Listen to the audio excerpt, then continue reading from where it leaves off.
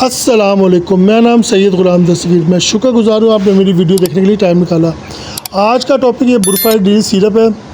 इसके फार्मूले की बात करें तो एसिफाइलिन पिपराजीन डाईहाइड्रोक्लोराइड्स का फार्मूला है और ये इसकी प्राइस की बात करें 120 रुपये इसकी प्राइस है और इसे स्टैंडले फार्मा बनाता है। बुरफाइल डी सिरप असल में ये जो कफ़ सिरप है ये बच्चों के लिए बहुत ज़्यादा इफेक्टिव है। ख़ास तौर पर छोटे बच्चे होते हैं, नामौलूद बच्चे हैं, चेस्ट वगैरह उनकी जो इन्फेक्शन हो जाता है सर्दियों में ख़ास तौर पे, तो उसमें इसका इस्तेमाल काफ़ी अच्छा है और बड़ों में भी इसका इस्तेमाल काफ़ी अच्छा है। ये खुश्क खांसी के लिए इंतहाई मुफीद सिरप है और उसके डोज़ की बात करें तो एडल्ट्स के लिए 2 चम्मच सुबह दोपहर शाम और छोटे बच्चों के लिए आधा चम्मच दे सकते हैं आप। ये था आज का मेरा टॉपिक। अगर आपको मेरी वीडियो पसंद आए तो मेरा चैनल लाइक, सब्सक्राइब और शेयर करें। अल्लाह ताला आपका हामिद व नासिर है।